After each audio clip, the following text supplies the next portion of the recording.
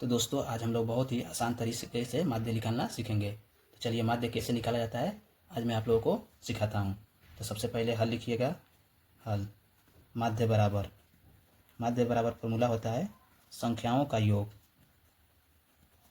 संख्याओं का योग बटे में कुल संख्या।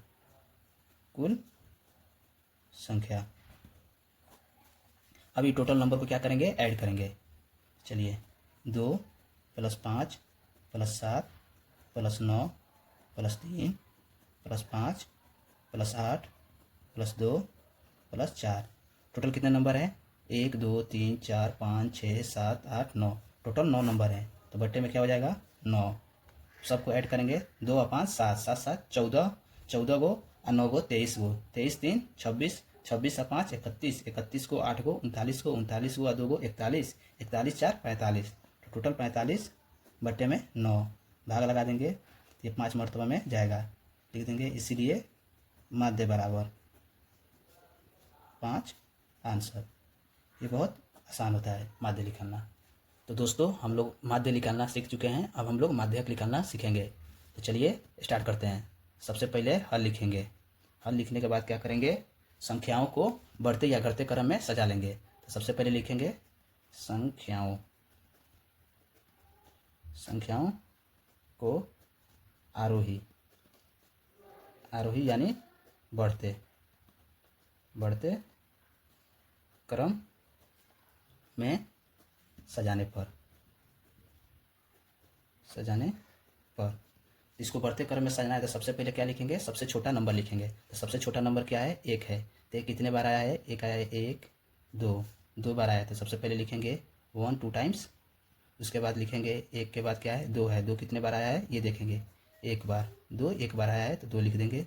उसके बाद 3 को काउंट करेंगे, 1 2 और 3 3 बार आया है। तो 1 2 3। उसके बाद देखेंगे 4 नहीं है, 5 है। 5 कितने बार आया है, 1 2। तो 5 आया है 2 बार, 5 लिख देंगे 2 बार। उसके बाद 6 देखेंगे, 6 आया है 1 बार। उसके बाद 6 लिख देंगे। उसके बाद 7 देखेंगे, 7 नहीं है, 8 नहीं है, 9 है। 6 आया 2 बार, 6 2 बार आया है। उसके बाद 9 है तो 9 लिख देंगे।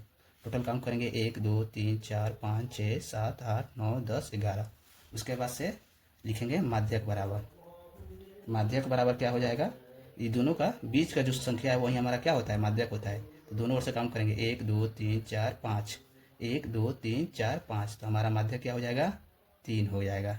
जो बीच का नंबर होता है वही हमारा माध्यक होता है। इधर से भी काउंट करेंगे 1 2 3 4 5 और इधर से काउंट करेंगे 1 2 3 4 5। बीच में क्या है 3, तो हमारा माध्यक क्या हो जाएगा 3।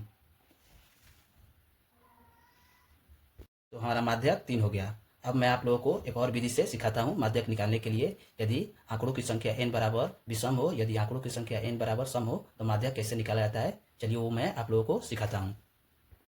तो चलिए अब आप लोगों को मैं माध्यक निकालना सिखाता हूँ दूसरे विधि से। तो सबसे पहले क्या करिएगा, हल लिखिएगा। हल सबसे पहले इन संख्याओं को बढ़ते क्रम में सजा लीजिएगा। तो लिखेंगे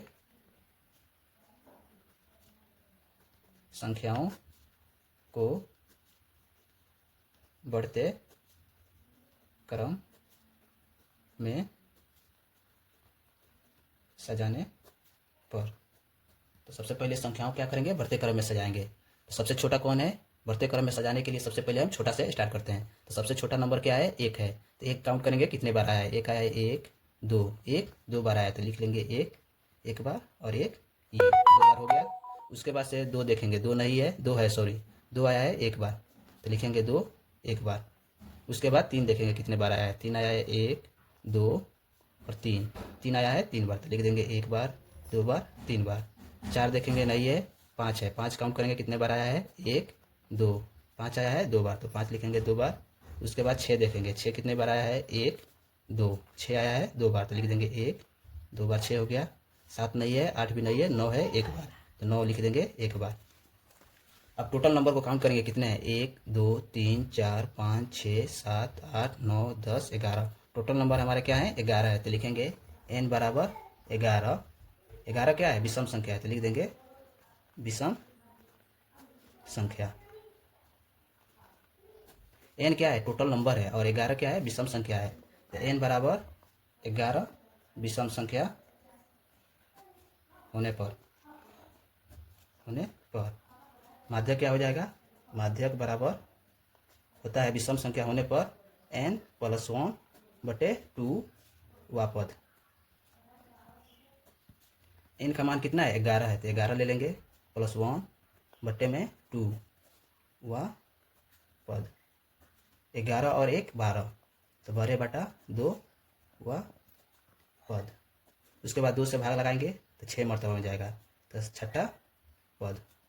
तो देखेंगे इसमें छठा पद कौन सा है, तो काउंट करेंगे 1 2 3 4 5 6। छठा पद हमारा क्या आ रहा है, 3, तो लिख देंगे इसीलिए माध्यक बराबर 3 आंसर।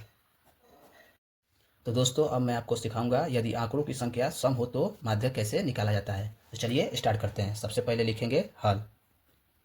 हल लिखने के बाद सबसे पहले इन संख्याओं को क्या कीजिए, बढ़ते क्रम में सजा लीजिए। तो लिखेंगे संख्याओं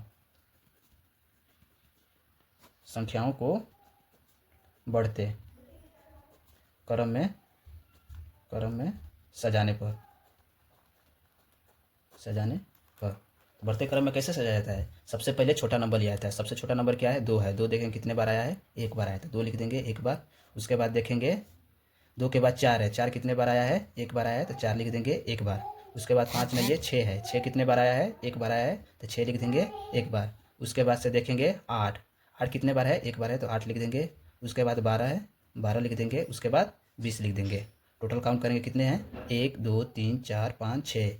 n बराबर क्या हो जाएगा, 6, जो कि 6 क्या है, सम संख्या है, तो लिख देंगे सम संख्या। अब सम संख्या होने पर माध्यक क्या होता है, तो लिखेंगे माध्यक बराबर, सम संख्या होने पर माध्यक का फॉर्मूला होता है 1/2, पोस्ट में लिखेंगे n/2 वा पद प्लस n/2 +1 वा पद, ब्रैकेट बंद कर देंगे। उसके बाद लिखेंगे 1/2, n का मान कितना है, n का मान है 6, तो लिख देंगे 6/2 वा पद प्लस है तो प्लस देंगे। उसके बाद लिखेंगे n का मान कितना है, 6 है, तो लिख देंगे 6/2 +1 वा पद, ब्रैकेट बंद कर देंगे। उसके बाद 1/2 लिखेंगे, 2 से भाग लगा देंगे 6 में, तो 3 मरतबा में जाएगा, 3वां पद। प्लस है तो प्लस देंगे, 2 से भाग लगाएंगे 6 में, 3 मरतबा में जाएगा, 3 + 1 कितना हुआ, 4, तो चौथा पद। अब लिखेंगे 1/2। अब देखेंगे तीसरा पद कौन है इसमें, तो तीसरा पद काउंट करेंगे 1 2 3। तीसरा पद हमारा क्या आ रहा है, 6 आ रहा है, तो लिख देंगे 6, प्लस है तो प्लस देंगे। उसके बाद है चौथा पद, तो चौथा पद इसमें देखेंगे कौन है, 1 2 3 4। चौथा पद हमारा क्या आ रहा है, 8 आ रहा है, तो लिख देंगे 8। उसके बाद क्या करेंगे, 1/2 लिखेंगे, ब्रैकेट हटाएंगे, गुना हो जाएगा, 6 + 8 कितना होगा, 14, 14 लिख देंगे। 2 से भाग लगा देंगे तो 7 मरतबा में जाएगा, तो लिखेंगे इसीलिए माध्यक बराबर 7 आंसर हो जाएगा। तो दोस्तों अब मैं आपको सिखाऊंगा बहुलक कैसे निकाला जाता है। तो बहुलक निकालने के लिए क्या करेंगे, सबसे पहले आप लिखिएगा हल।